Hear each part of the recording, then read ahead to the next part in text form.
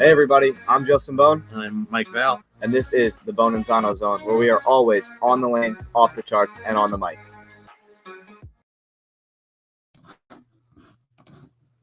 Hello everybody, and welcome back to another episode of the Bohn and Zano Zone podcast presented by BuddiesProShop.com. Mike, welcome back. How you doing? Hey man. Well, I guess there's a lot of things going on in the world, so let's start off. We got a lot to talk about, so let's go by what's on your chest here. We had some news tonight. I knew it for a while, but it became public knowledge. So why don't you take the floor here, pal? I've officially decided to continue my academic bowling career at Trust, and I'm super excited to be a shocker and see what the future holds. Shocker there. See what I just did there? Yeah. So best of luck. I knew this for a couple weeks now, so we are super proud of you, and we're gonna miss you, man. It's not gonna be the same without you around here. Well, yeah, we'll be sure to get some shows in, and well, because we can do it. You do it at your house, I do it at my house, and well, we can do it anywhere. So we're gonna make it happen. We're gonna continue to do it, and wherever I am, it's gonna be a fun time. It will be a good time, and you're gonna learn a lot out there. So you will be bowling with Grandpa Barnes' son, right? Yes. One of the twins, right?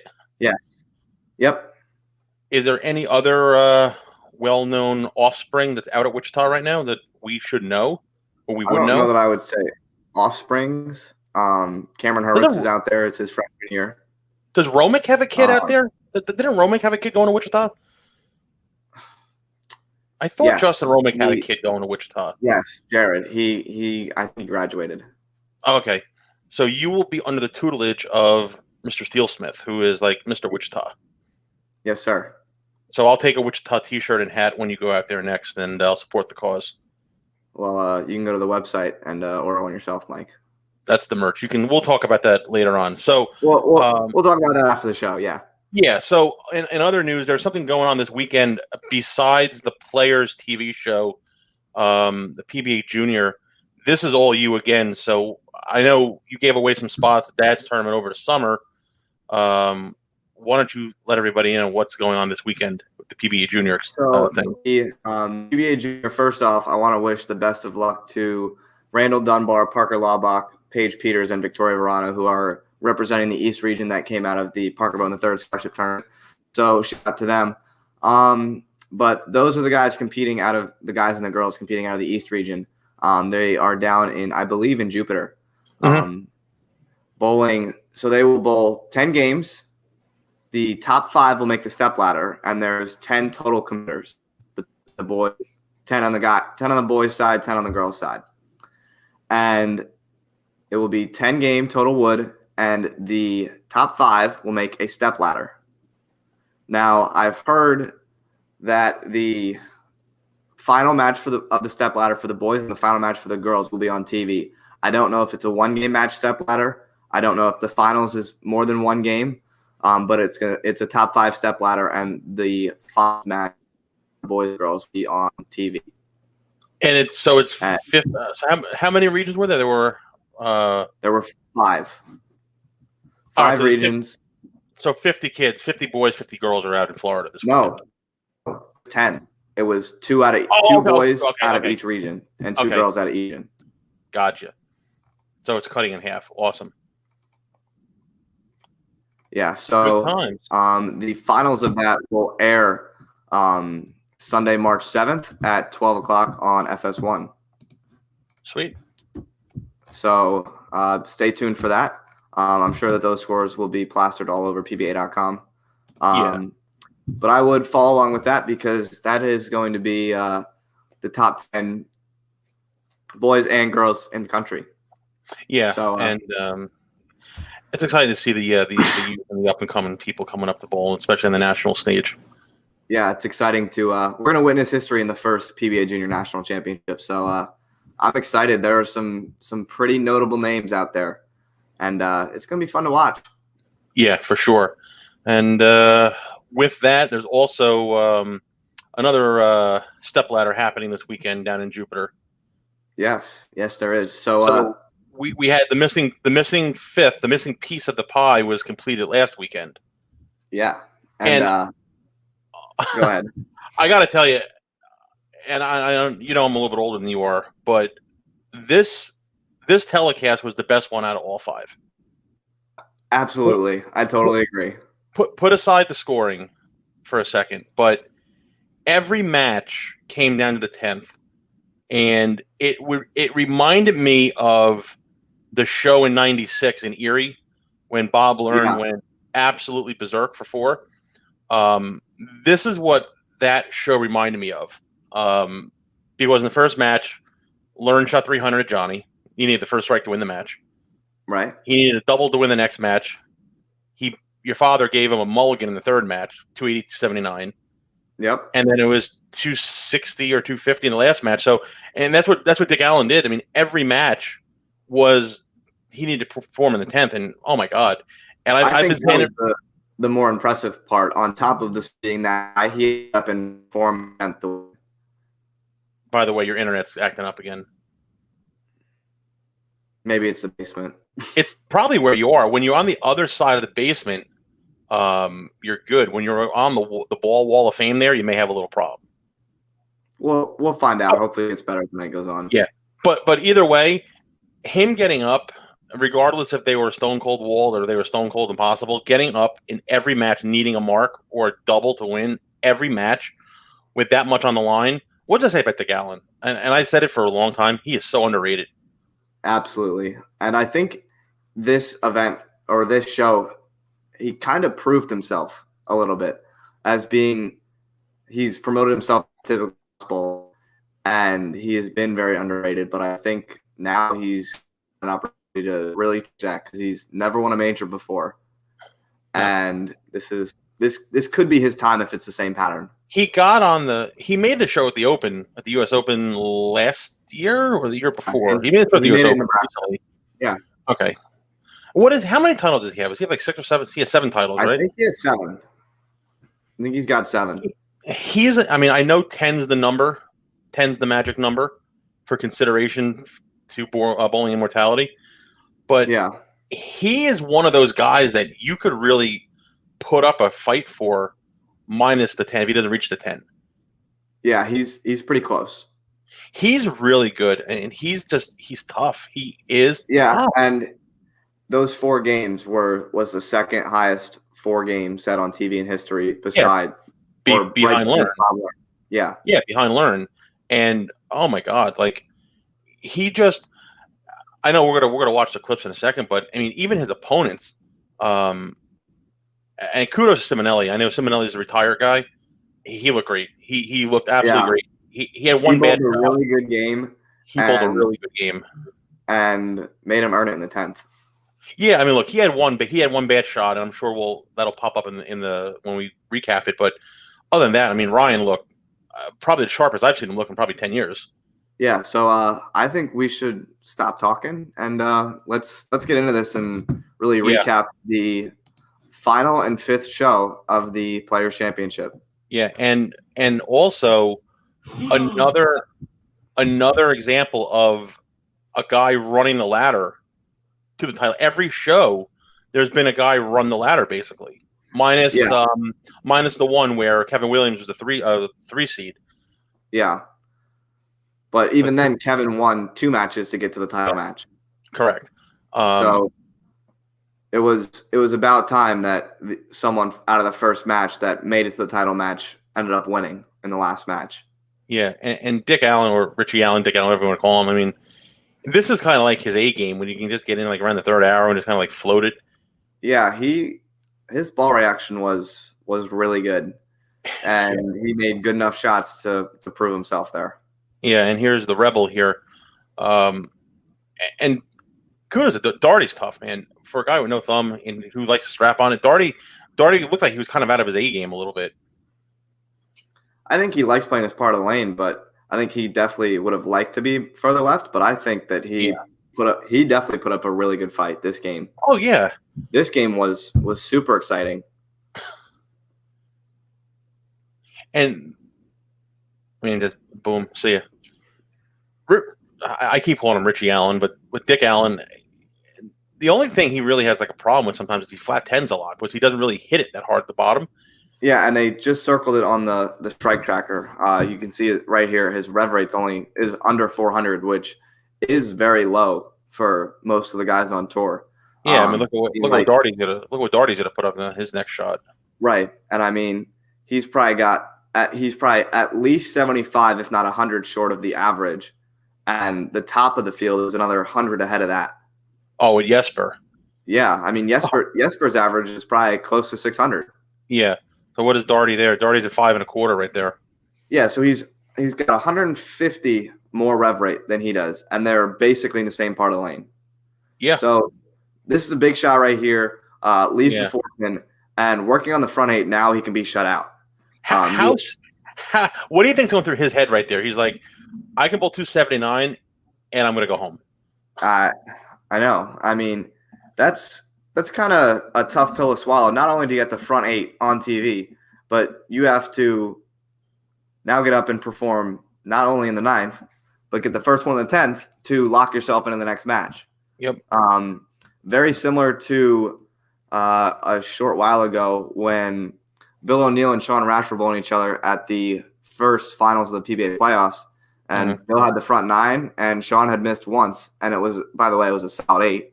Mm-hmm. And he had needed the first one in the 10th on the front 9 to win the match. And same thing here. Tom failed to double in the 10th, and Tom needs the first one, 9 spare to win. Boom. Sure enough, gets the first one. And, I mean, when you're bowling 268 sitting on the bench, you're taking your chances. Oh, absolutely. And you know what else is good about Dick Allen? Normally he likes to get a little pumped up and whatnot. He kept it together and didn't really let his emotions, come out. And I mean, yeah, he kept it together and let it come out, I think, when it was the right time. When he acted like he'd been there before. Yeah. But, I mean, he was just, automatic. Just automatic. And this shot could have been not very beneficial for him. You think? This could have been bad. It could have and should have been bad. Yeah, so we won't tell you. We'll just let you watch. Shots looks pretty good off his hand. It was online, too. I mean, look at that. That was right online. Yeah, and barely gets the 10 out. So if that 10 stands, he would have had to make the 7-10 to tie. Or if he gets 1, he goes home. Instead, the 10 falls. He makes a spare. He wins by 1 and moves on. I mean, that's just crazy. Yeah, and that was and he was right on top of the tracer where he was in the last shot. I think it was a little bit in, and that's what caused it to just get a little lazy going into the pocket. But I mean, still, the pattern that they're bowling on had enough room that should have struck. Absolutely. I mean, look, you bowl 268 on TV. I don't care who you are. You take your chances. Absolutely. You're going to win 90% of the match with 268 on TV. Yeah. So let's input here, friend of the show, Mr. Simonelli. By the way, loved how Ryan matched the shirt with his mask. Loved it. I thought that was pretty good. I like very, that one. very classy from Simonelli there, matching the mask with the shirt. Very classy. Yep. He looked good. He really looked sharp. Yeah, he looked like he had been practicing, and his physical game did look really good. And we had talked about this before, how the left-handers definitely had a little bit different on this specific pattern. But Ryan and Jesper both made it look like that they had a pretty decent look and were able to still get to the pocket and strike. Well, I have one question I'm going to ask when we get to the Jesper match. Okay. I'm going to save this one until we get to there. But I think out of the five, well, there were five lefties that made the show. So we had two on this one: Wesley, Kevin, Jacob, Kevin, Packy. So Mackey. Six sounds about right. Yeah. Sounds So about right. out of the six that made it, I think 100% Simonelli had the best look out of all six of them. I would totally agree with that. I would totally agree, and I think Kevin, was right behind him, and I think, believe it or not, Wesley was right behind him. Yeah, absolutely. I think, and Kevin, that was a shot right there we were talking about. I mean, yeah, and a little you slow. heard him say on the TV show, wasn't going to get away with it twice. The shot before had been relatively in the same area, just a little right off his hand, and that one he paid full price for. Yeah, unfortunately he did. But back to the left-handed thing, I think they all used relatively big balls. Wes used a pretty big ball. I'm not going to say Kevin needed a big ball because he's more of a rev dominant player. Yeah. But Ryan also used a pretty big ball. He had some surface on it. The only one who didn't use a big ball was Jesper. Yeah. Jesper, Butters didn't. No. Butters threw reactive. He did not throw urethane. Oh, he did? I thought he threw black hammer. Did he? Was that black hammer? I think so. Oh, I'm sorry. Yeah, so you can see right now, Max scores 259, 253, and keep those numbers in the back of your head. But yeah, I think the left-handers using bigger bowling balls were definitely key, and whether or not they were going around it or were doing what Simonelli was doing, I think it was key to being able to strike this much. Yeah, definitely. But Simonelli by far had the best look on the left side of the lane, no doubt about it. Yeah, so that shot, the first one of the 10th, forced Dick to get the first one. This shot forced him to now get the second one. That was a great shot right there. I mean, you can't throw any better than that. Yeah, they were practically on top of each other, and they were basically identical. Mm-hmm. Basically identical. Yeah, that was a really good shot. And, God, he throws it so good. He really does. And he didn't do that, and he didn't do the crazy release. He was really just – He was focusing on shot making, and I think that was what was key to him bowling well in this match. That one shot that he had in the fifth frame that got 6 was the only reason he lost this game. And even 253 on TV, you're going to take your chances. Absolutely, any game 250 or higher, take your chances. And here we go. I mean, again, need a double to win. Look at that, boom, 10 back. I mean, just he aced that one.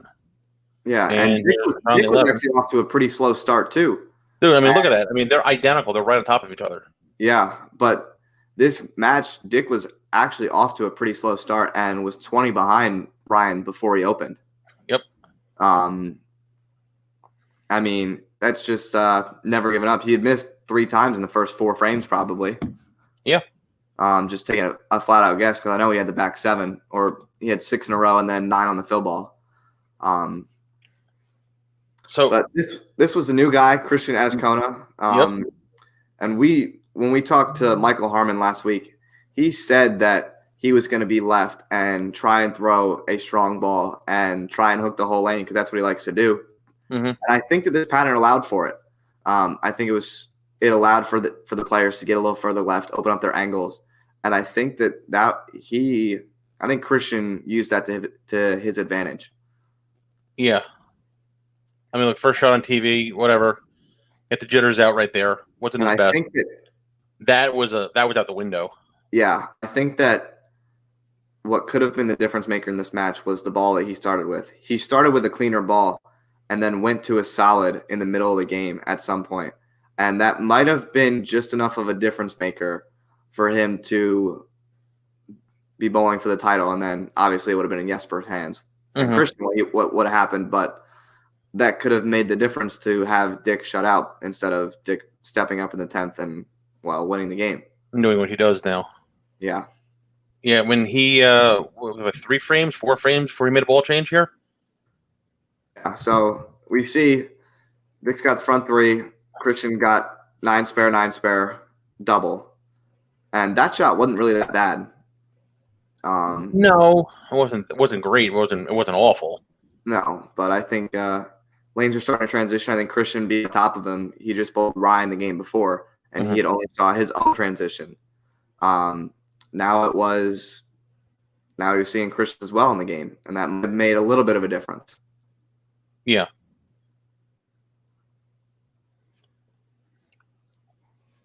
but he still looks like forget the face of it. He just still looks confident, like he knew what he had to do. He knows what he's going to do. He's definitely still lined up. So now here's the 10th frame. Need all three to force him to get the first one, and he stepped up. Yes, sir, he did. He made the shots to force Dick to get the first one in the 10th, and who knows, that ball change, if he had started with that ball, would that have been the difference maker that he would have bowled 279, 278, whatever the case may be, to where he would have won that match. Now, Ascona is his title one of those extra frame stops, or yes. it is an extra frame stop? Yes. So this really isn't his first time on TV per se. It's his first time under the Fox or ESPN lights or CBS Sports lights. Yes. Yeah. But not under like the full bowling or extra frame light. I'll tell you what, though, for the first time on national TV, again, if you're going to put up 250, that's oh my God, you're taking your chances. Yeah, I mean, you just got ran into a steamroll. I mean, what are you going to do? 250, right. You take your chances. Anybody that takes a chance with 250 on TV. Yeah, and meanwhile, 268 just lost, 253 just lost, and 258 just lost. Yeah, and this guy just shot 820 for his first three? Yeah, because he bowled 268 the first game. He bowled 258 the second game. So that's, 26? Right, 526. Yeah. All right, so let's talk about this guy here. So I have two things before we even start. Okay. So, and I don't know if Chuck is still here, Justin, and I don't know if Chuck is watching, if he could answer this. I know Chuck, feel free to chime in the comments, and if you want to get in, just yeah. Now I know that it's, and my question's about Jesper, and I know it's not Chuck's brand, right? But we'll wait till the Raymore and Flanagan's President's Day sale ad is over here. But maybe Chuck could answer this. He's a rep. Did you see the layout on Jesper's bowling ball? Yeah, I did. Where the hell was the pin on that thing? It was like super high, way above his fingers. Let's see if there's an opportunity where we get a close up of his ball, and we'll show him. But that was my first question. Like, I've never seen a ball where the pin is like in left field like that. I've never seen anything like that before on the other side of the ball. Yeah, and I think that comes with his high rev rate. Obviously, he likes to throw urethane. We all know that. Mm-hmm. And those urethane balls like to start up sooner. Mm-hmm. So that high pin layout could be trying to help his ball get a little further down lane and not see it so early. That way he can use the ball dynamics and a little bit of surface. Here, and by the way, how does a guy with a 640 rev rate ever do that? Yeah, that's unbelievable. Just no, I mean, you can't even make that up. I mean, give him the flat 7. Don't give him a 9 pin. I mean, forget he's throwing urethane. His bowling ball should never, ever do that. Just look at this again. How it's one thing when one of them gets touched, but the rack is pretty good. The rack is all right. Neither one of them get touched. I mean, that's just solid 7-9, and the ball kept going left. Parker Bohn would do nowadays. I mean, not Jesper Svensson. No, not with a guy like that. Not a rev rate like that. I mean, that's what I was going to ask you. Like, how does his ball ever do that? That should never, ever, ever happen to this guy. Ever. No. And that's what I was just baffled on that. But obviously, this is a pretty big 10th frame for Jesper. Now he's thinking he's got to at least get the first one. Mm-hmm. The first one is the biggest one. And shocker there. And now you almost got to think he's got to have this one too, because Dick's gotten the first one in the 10th. If he's forced just to mark, 9 out of 10 times he's going to mark. Absolutely. And there it is. Wasn't his best one there. No, that one looked like it saw a little early, and that was all she wrote. If you caught Jesper's reaction when he was sitting on the bench after he 7-9'd, it kind of looked like all the wind was taken out of his sails. It's almost like he knew that shot cost him the match. Well, yeah, I mean, when Dick had the look that he did, there you go. And that was all she wrote. when Dick had the look that he did, I mean, it's pretty hard to say if you open once, it's going to be pretty hard to get back in a match. And that's why I compared it to that show in Erie from almost 20 years ago with Bob Learn, because one shot from each of those guys, in Erie, Learn ran them over. They were dead. Yeah. That's why this is comparable to that show in '96, and you've seen that show 100 times probably. Yeah. It's the same thing. Like one opening from Learn's opponent, and he capitalized. Same thing with Dick Allen did. Yeah, I mean, he bowled 1082, by the way, and his opponents bowled over 1,000 for 4. Yeah, average 270.5. You know what I should have done? I should have gotten an average of each of the shows. Okay. And I should have, and I'll do this when we come back to the TSC. We'll recap this next week in TSC. We should have did a recap of the first timers. Yeah. What each guy bowled in their first match on TV and average it out. I mean, look at it this way. Ascona bowled 250. Yep. We know Timmy Foy bowled 230. Was he holding the 10th? Yeah, but I think he's 710. His 10th frame, he was just getting out of the way. It didn't matter. He had 269 out in the 10th. But look at the guy, Chris. Chris was, I can't say his name, but Chris. He whacked him. The other kid shot 800 for his first 3 on TV. I mean, these guys just had ice water in the veins. Yeah, they did. All right. I love the format. I did. I wish they would do something like this again. Like a regionalized. I think that we'll see it again. I don't know that it will be before next year at the Players again, but I love it. I think it worked. I think it made it exciting, and I was a huge fan of it. All right, so now we have the 5. So we have Frankie, Smallwood, Dick, Simonson, and Kyle True. So they will bowl on Saturday. A 3-game match, basically, right? Well, not a match, but 3 games. Highest set. 3-game total wood. And I'm going to pull up the article on Flow Bowling, but this is going to be the most intense seeding round that you have ever seen because of the amount of money that's on the line. Mm-hmm. First place is 250. So at second place is 130. So if you're the number 1 seed, you're guaranteed 130,000. Yep. So you're bowling for 380 grand for the title match. That's a nice pocket of change right there. Okay. That's a career right there. Yeah. 5th place gets 50. Fill in the rest from there, however you want to fill it in. But you realize that 5th place in this pays more than the winner at the U.S. Open does now?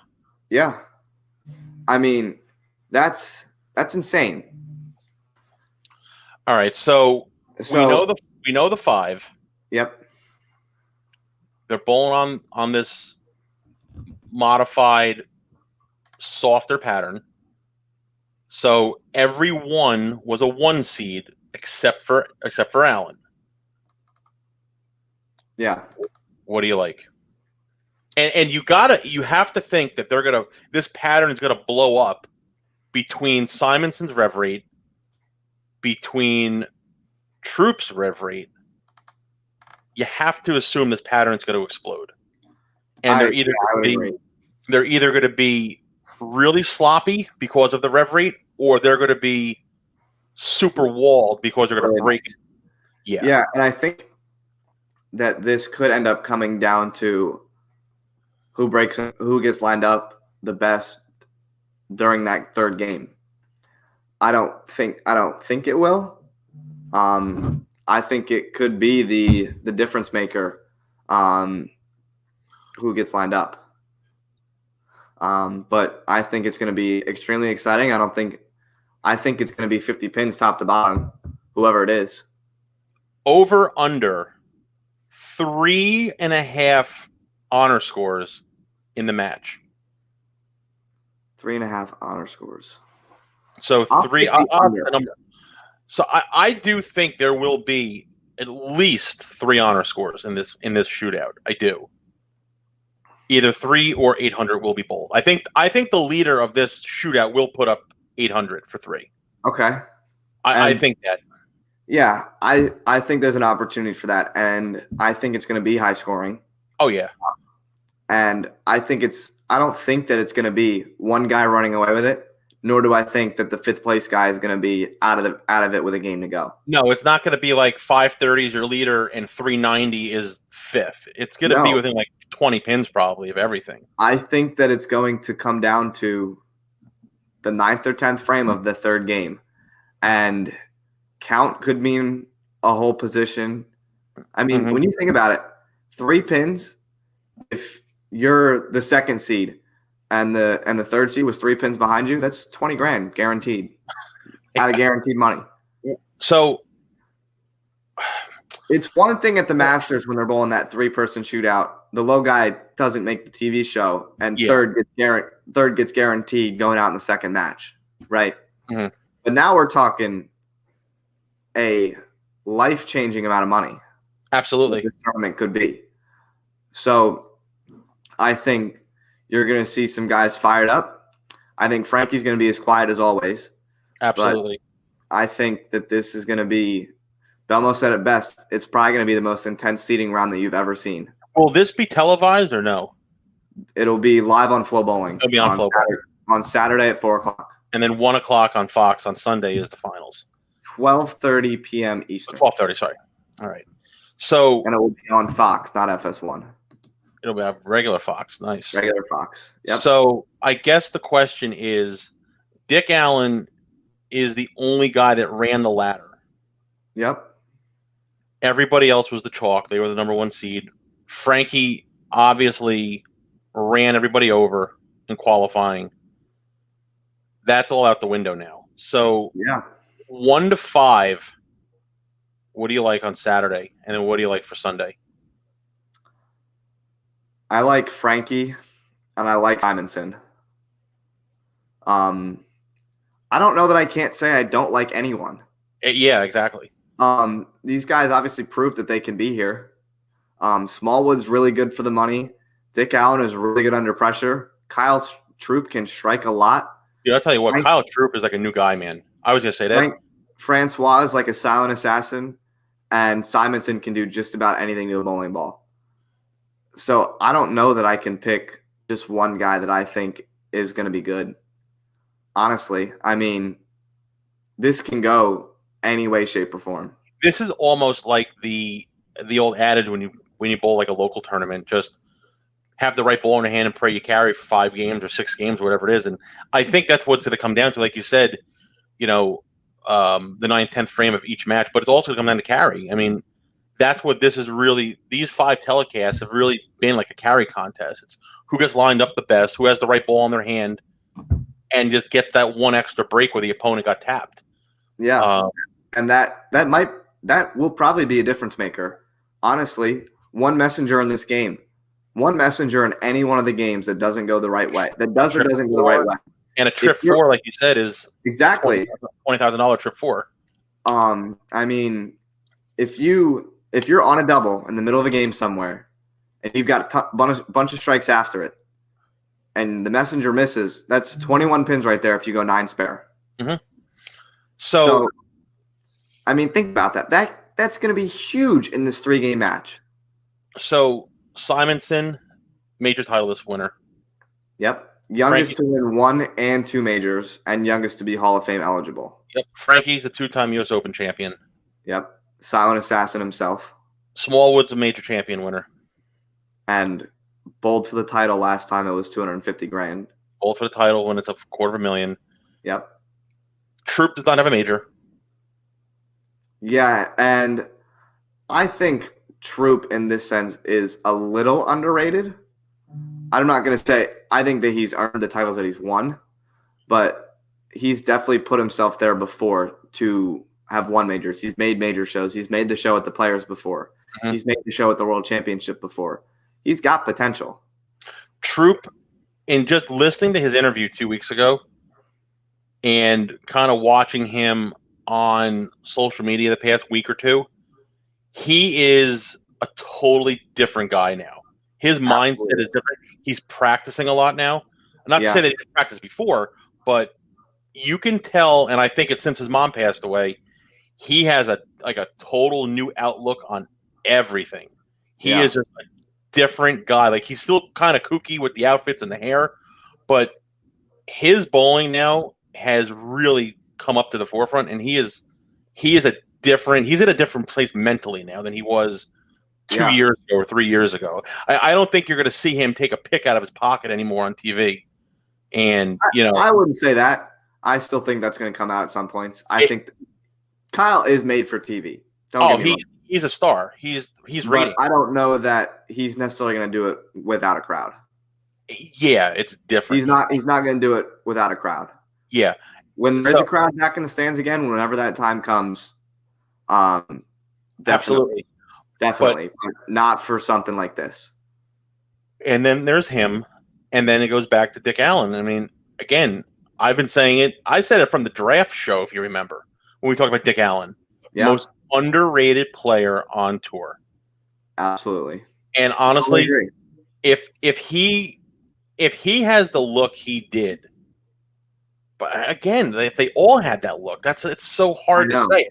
You almost can't pick one. So Simonson bowled 279 when he won. Yep. Frankie won on a roll off. Was it 240, 250? 232. Okay, so that's probably the lowest scoring title match we had. Yeah. Troop bowled 260. Yep. Dick bowled 250. And Small what is Small's bowl? About 250? That's a good question. I think so. 250. I think so. I can't even think. Oh yeah, he bowled Zach. I think he bowled 250, but I don't think Zach had bowled the best game, the last game. No. And that none of those guys really did. And again, maybe it's the experience that Dick Allen had. Yeah, and I think, besides Frankie and Kevin's match, Dick was the only one that really needed it when it came down to the 10th frame. Kyle's match was basically a blowout. Smalls' match was basically a blowout. And Simonson's match was basically a blowout. Where did Smallwood come out of? He came out of the Central? No. Central, yeah. He came out of the hardest one. He did come out of the Central one. Yeah. All right, so let's look at this. Can we pull the – can I get the – I want to get the final scores from the show. Let me see if I can grab that. Smallwood bowled from the show. Just from the show. Okay. It's not. I don't think I'm letting him. I can do that there. I can probably just look it up on YouTube real quick.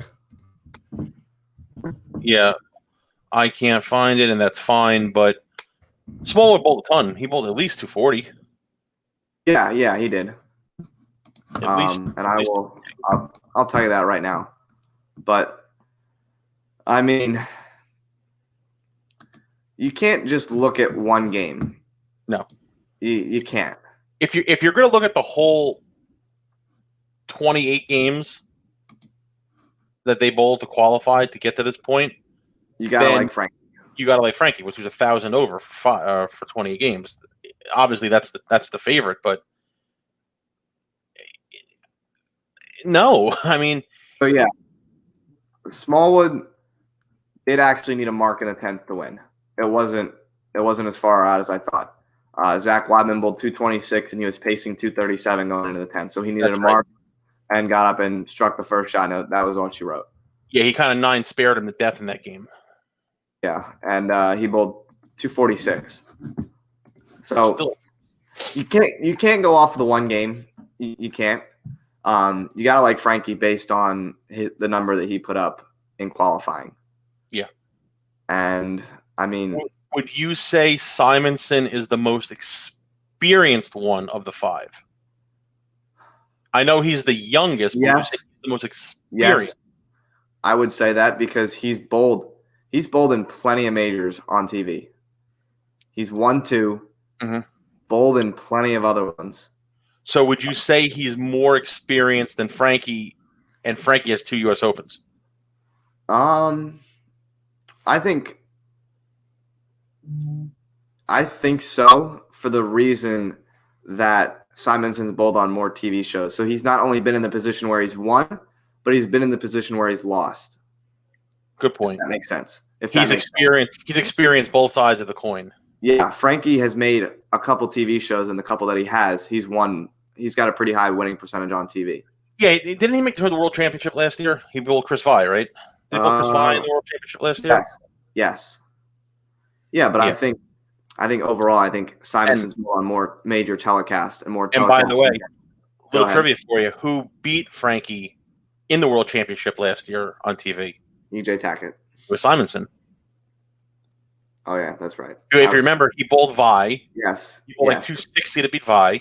Yeah, he bowled 260, and Vi needed a double, Does Frankie need the double? The first one. Vi either needed a double or the first one, and 10th in the first round of 10th. Then he lost to Simo. Simo beat EJ. And then EJ had that really, really bad game on TV last year. Yeah, and so Simo ran him over in the title match, or Belmo ran him over. Yeah. And then every time the players is at Wayne Webb's or was at Wayne Webb's, you'd put Simonson on the show. He's always on. And Kyle Troop was right there too. Kyle had made the show, I believe, the same year that Simonson won. Yeah. So this can go anyway. I can't pick one, and I think we got to leave it at that. Yeah. So we'll break it down when we get back, and when we get back, we'll break down the show. We'll talk a little more PBA Junior, and we will preview the Tournament of Champions. We're going to get some guests on from this PBA Junior, and the show is going to be taped, so it might not be until after the show airs, but we will definitely be talking to some PBA Junior players. And we'll try to get a couple guests on for Tournament Champions Week, the first major or the second major of the year for the guys on tour. Absolutely. That's going to be down in Florida as well. And then remember, Team Buddies Pro Shop will be representing in this little Trip TV battle of the shops here. You know what? Our boss actually texted me yesterday. Oh, did he? The ball doctor himself. Go ahead. And was asking me about this. Okay. So I started telling him like little bits and pieces, and I said to him, I would like to get some of the Buddies guys to come down. And there was one in particular that I told him, I said, I don't really know him that well. Can you put the phone call in? So his text message to me was, would it be bad if I gave you Pepe, Packy, Prather, Frankie, and yourself the ball? I said, well, I said, I'll take one of the four. I said, I don't think it wouldn't be very nice to go all in. It would not be nice to go all in. I told him, I said, one of those four is the one I want to get. That's the local guy. Yeah. And I don't know Anthony too well. So we're going to try to get Pepe. Cat's out of the bag. We're trying to get Pepe as one of our guys for obvious reasons. Yeah. But I think if I showed up to that tournament with Packy, Prather, Frankie Lavoie, Pepe, I don't think we'd be welcome back. No, probably not. You would not be welcome back on Trip TV. No, we will not. But you'll be in SYC in Dallas that weekend, right? Yeah, I'll be in Dallas that weekend. All right, so we'll have to recap that. But we got a lot of exciting stuff coming up here. Yeah, it's going to be a fun time. So, guys, be sure to tune in to the Players Championship this Sunday at 12:30 on Fox. And if you got Flow Bowling, even if you don't, go buy it. Go buy it right now. Go watch the seeding round on Sunday or on Saturday at 4 o'clock. That's going to be the most intense game match that you have ever watched in your entire life, and you can bet on that. Do you think, really quick, they're going to be really high scoring on Sunday again? Absolutely. Okay. Absolutely. Don't think they're going to change the pattern. No.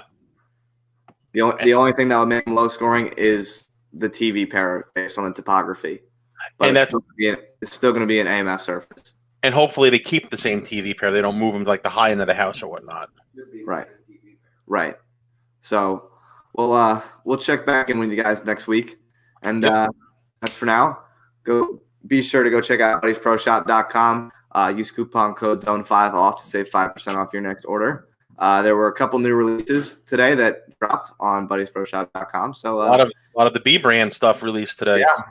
Obsession Tour, Damn Good Version, Hellraiser Returns. So go check them out if you haven't already, and go get yours today.